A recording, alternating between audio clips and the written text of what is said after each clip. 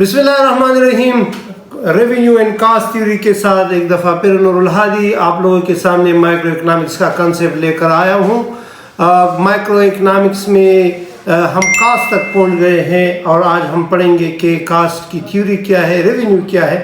तो cost theory in economics examine how product costs behave and influence business decision. Understanding cost structure help firm makes informed choices about production level, price and profit maximization.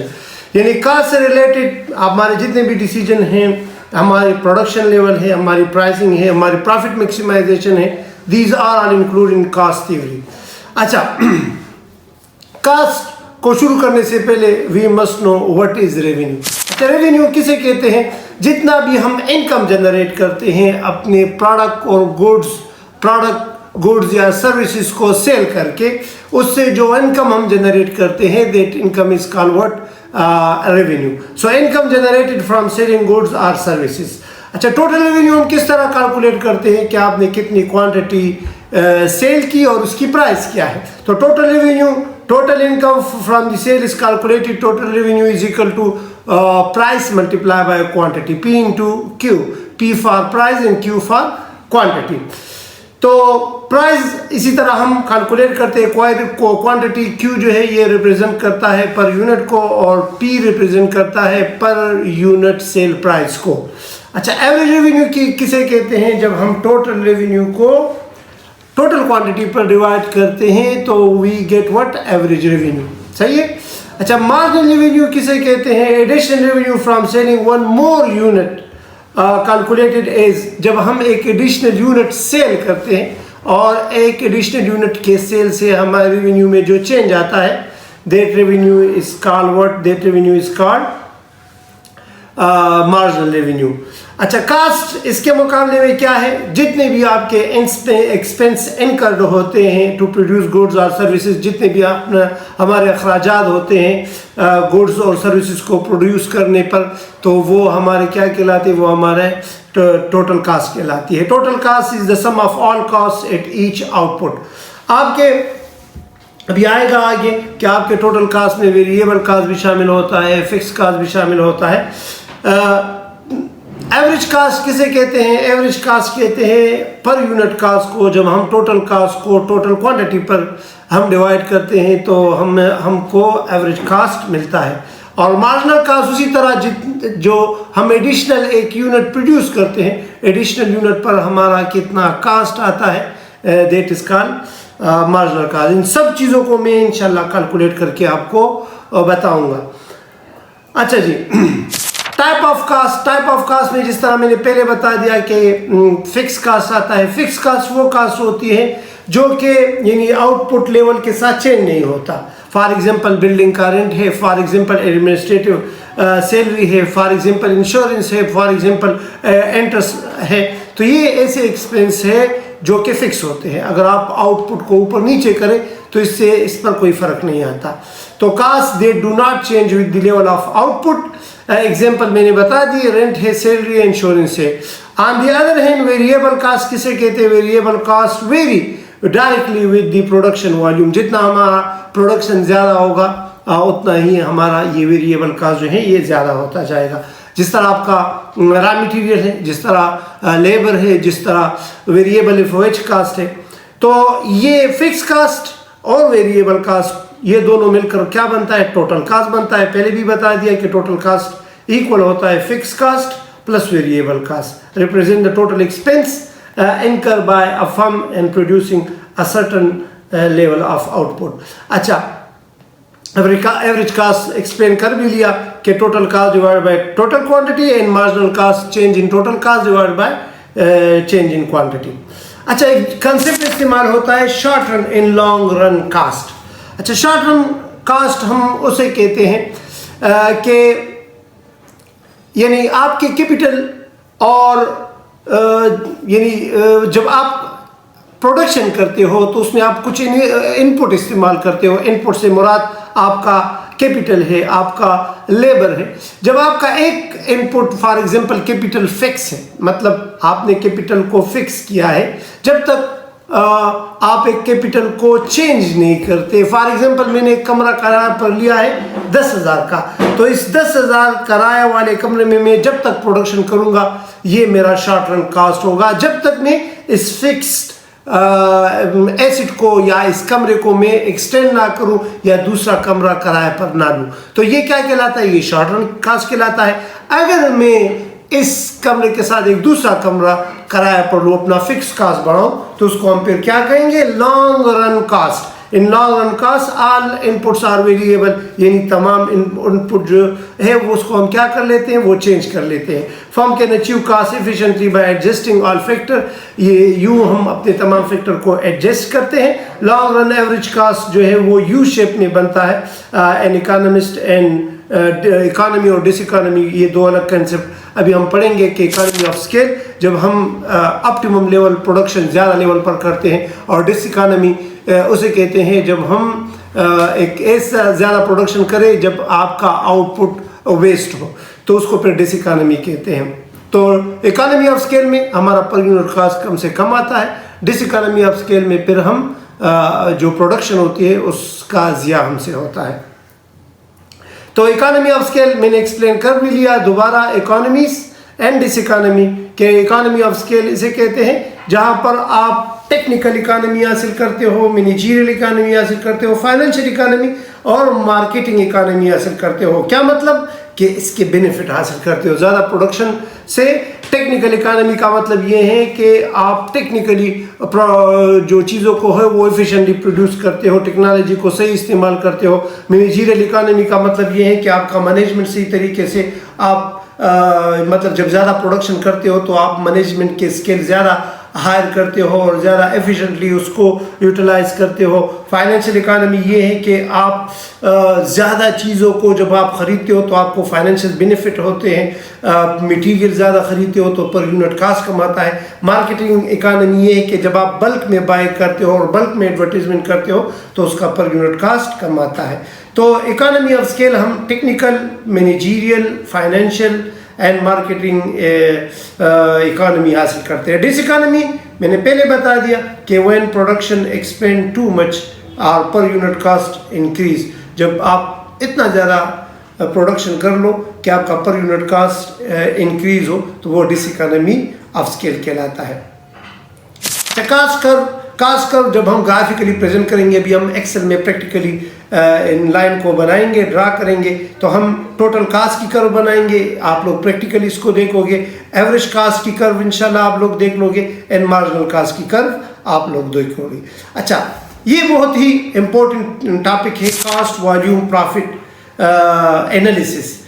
अच्छा, इसको करने के लिए क्या है, इसको करने के लिए भी मैं इंशाल्लाह आपको इसको भी मैं प्रैक्टिकली एक्सेल में समझाऊंगा। अच्छा, ब्रेक इवन एनालिसिस, तो पहले ब्रेक इवन को समझ ले कि ब्रेक इवन वो पॉइंट होता है जहां पर फर्म न प्रॉफिट कमाता है न लॉस, यानी जहां पर आपका रेवेन्यू और कॉस्ट जो है वो इक्वल हो जाता है, सेम हो जाता है। तो उस पॉइंट को, आपके सेल के उस पॉइंट को जहां पर फर्म न प्रॉफिट कमाए न लॉस कमाए, या आपके फर्म का सेल का वो लेवल जहां पर रेवेन्यू और कॉस्ट इक्वल हो जाए, उस लेवल को हम कहते हैं ब्रेक इवन पॉइंट। तो इसको भी हम पढ़ेंगे। प्रॉफिट मैक्सिमाइजेशन ये है कि achieve your marginal revenue equal marginal cost, जहाँ यानी हम जो है यानी प्रॉफिट मैक्सिमाइजेशन उस पॉइंट तक करते हैं जहाँ तक हमारा मार्जिनल कॉस्ट और मार्जिनल रेवेन्यू इक्वल हो जाता है। अच्छा, अपॉर्चुनिटी कॉस्ट किसे कहते हैं? अपॉर्चुनिटी कॉस्ट सेक्रीफाइस कास्ट को भी कहते हैं, जब एक कास्ट को करने के लिए आप दूसरे अल्टरनेटिव की कुर्बानी दें। फॉर एग्जांपल, मैं प्रोडक्ट ए बना रहा हूँ, प्रोडक्ट ए की जगह मैं प्रोडक्ट बी भी बना सकता था, प्रोडक्ट बी में मैं 10% प्रॉफिट भी कमा सकता था।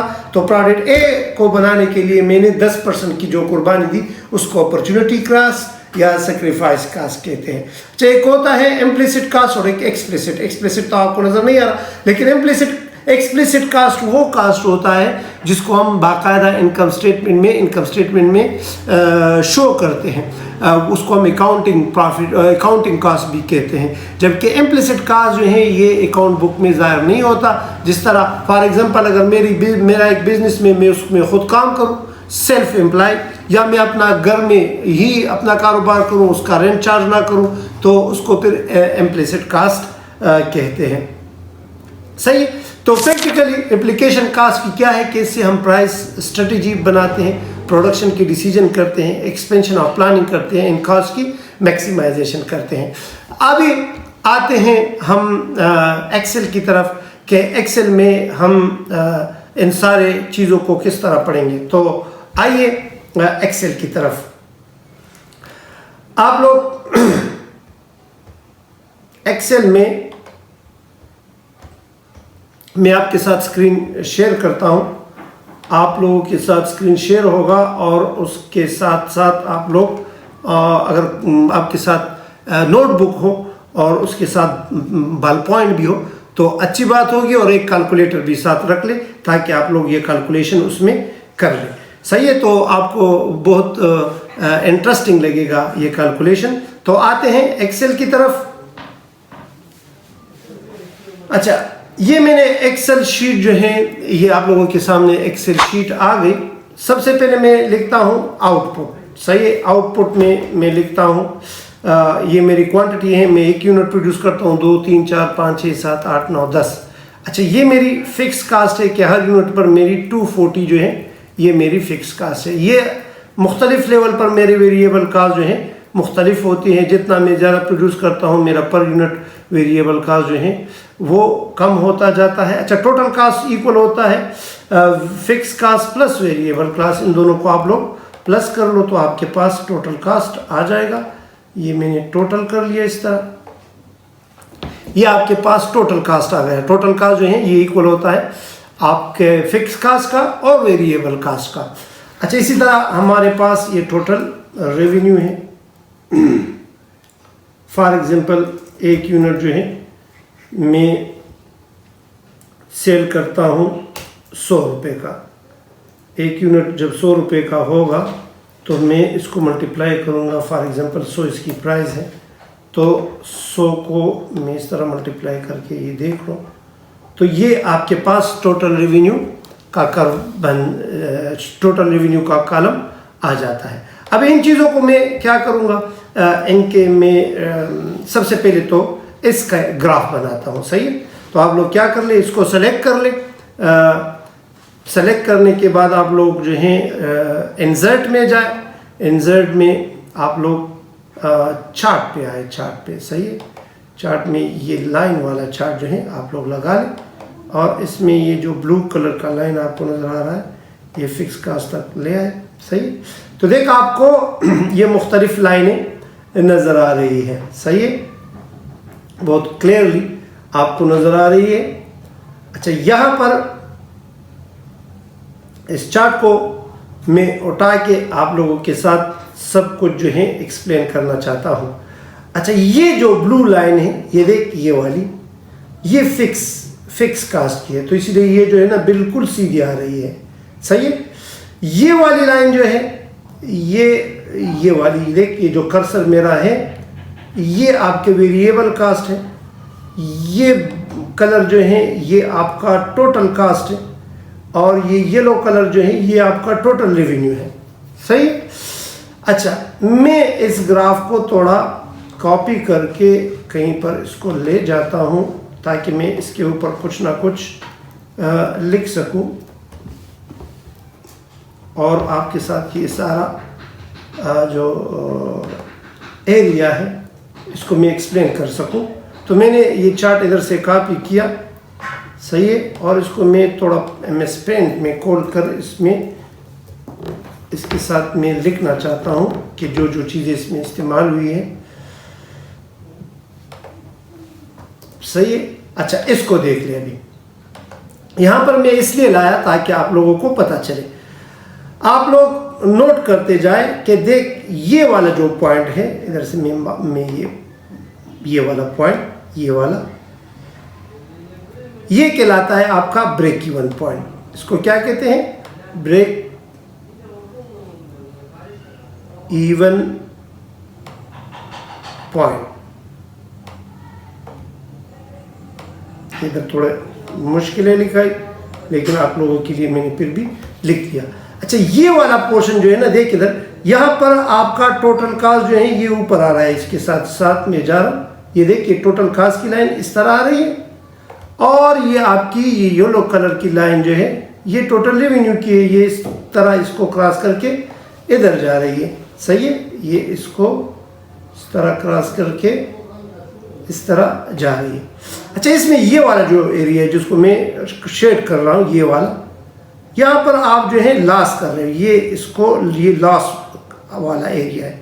सही है, इस पॉइंट से आगे जो है ना ये वाला एरिया जो है ना, इसको जो मैं शेड कर रहा हूँ अभी, सही है, या मैं इसको दूसरे कलर से शेड कर लूँ, रेड कलर से या ब्लू कलर से, ग्रीन से, ये वाला एरिया जो है ना, ये वाला,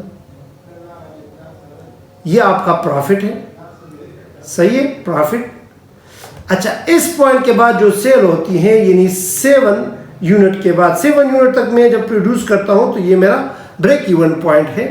सही है, $600 में और यूनिट में 7। अच्छा 7 यूनिट से मैं जब ज़्यादा प्रोड्यूस करूंगा तो मेरा क्या होगा, वो मेरा मार्जिन ऑफ सेफ्टी होगा। सही है, तो ये पूरे इसकी एनालिसिस हुई। इसी तरह मैं अभी ग्राफ बनाऊंगा एवरेज कास्ट की, मार्जिनल कास्ट की, एवरेज रेवेन्यू और इन सब की, यानी मैं इधर भी बनाता हूँ average cost, marginal cost. Average cost क्या फार्मूला है कि आप बना सकते हो इधर average variable cost, average fix cost, ये तरतीब से चले जाते हैं। एवरेज फिक्स कास्ट पहले बनाता हूँ, फिर एवरेज वेरिएबल कास्ट बनाता हूँ, फिर मैं एवरेज टोटल कास्ट बनाता हूँ। तो फार्मूला वही है कि आप टोटल फिक्स कास्ट को डिवाइड कर लो क्वांटिटी पर, तो ये तो 0 पर डिवाइड होता है, तो इससे तो इन्फिनिटी ही आएगा। अच्छा, और इसी तरह इन दूसरे कॉलम को, ये तरतीब में है तो इस तरह ये भी डिवाइड हो गए। जब पहले कॉलम जो है ना इसको 0 पर, जो भी चीज़ 0 पर डिवाइड होती है तो उससे तो इन्फिनिटी असर आता है, इसको मैंने 0 0 लिख लिया। अच्छा ये आपके average fix cost, average variable cost आ गया। इसी तरह एवरेज रेवेन्यू, सॉरी इसके बाद जो है मार्जिनल रेवेन्यू, मार्जिनल कास्ट का क्या फार्मूला है कि चेंज इन टोटल कास्ट। ये चेंज क्या आया, इधर से चेंज आया 360 माइनस 240, और चेंज इन क्वांटिटी में कितना आया, डिवाइडेड बाय 1 क्वांटिटी चेंज हुआ, तो ये आपका मार्जिनल कास्ट हुआ। सही है, इसी तरह मैं बनाता हूँ क्या अभी एवरेज रेवेन्यू का और मार्जिनल रेवेन्यू का, बिल्कुल उसी तरह कि मैं टोटल रेवेन्यू को डिवाइड करूँगा क्वांटिटी पर, फिर इससे तो वो 0 पर डिवाइड तो होता है तो उससे तो इन्फिनिटी बनता है। और मार्जिनल रेवेन्यू जो है उसी तरह बिल्कुल कि change in total revenue divided by quantity, तो क्वांटिटी में चेंज जो है 1 है, इसको 1 पर डिवाइड कर ले, तो ये आपका मार्जिनल रेवेन्यू आ गया। सही है, क्योंकि हमने एक फिक्स रेट लिया था, अगर आप इधर प्राइस को चेंज कर ले तो आपकी मार्जिनल रेवेन्यू भी चेंज हो जाती है। चलो इसको थोड़ा यहाँ से चेंज कर लेते हैं कि पहले यूनिट जो है 100 पर मैं बेचता हूँ, फिर अगले कुछ यूनिट में 80, और मतलब ये टोटल रेवेन्यू मतलब इधर पर ये 100 पर है डिवाइड मल्टीप्लाई, तो ये जो है ना मैं 90 पर बेचता हूँ, 90 पर 1-2 यूनिट। सही है, ये मतलब आप इसमें चेंज कर सकते हो। और कुछ जो है मैं 80 पर बेचता हूँ, जितनी, सही है, कुछ जो है मैं 70 पर भी बेचता हूँ। ये प्राइस अगर आप चेंज करोगे ना तो क्या होगा, वो चेंजेस आपको नज़र आएंगे। सही है, यानी मार्जिनल रेवेन्यू पर आपकी चेंज होगी।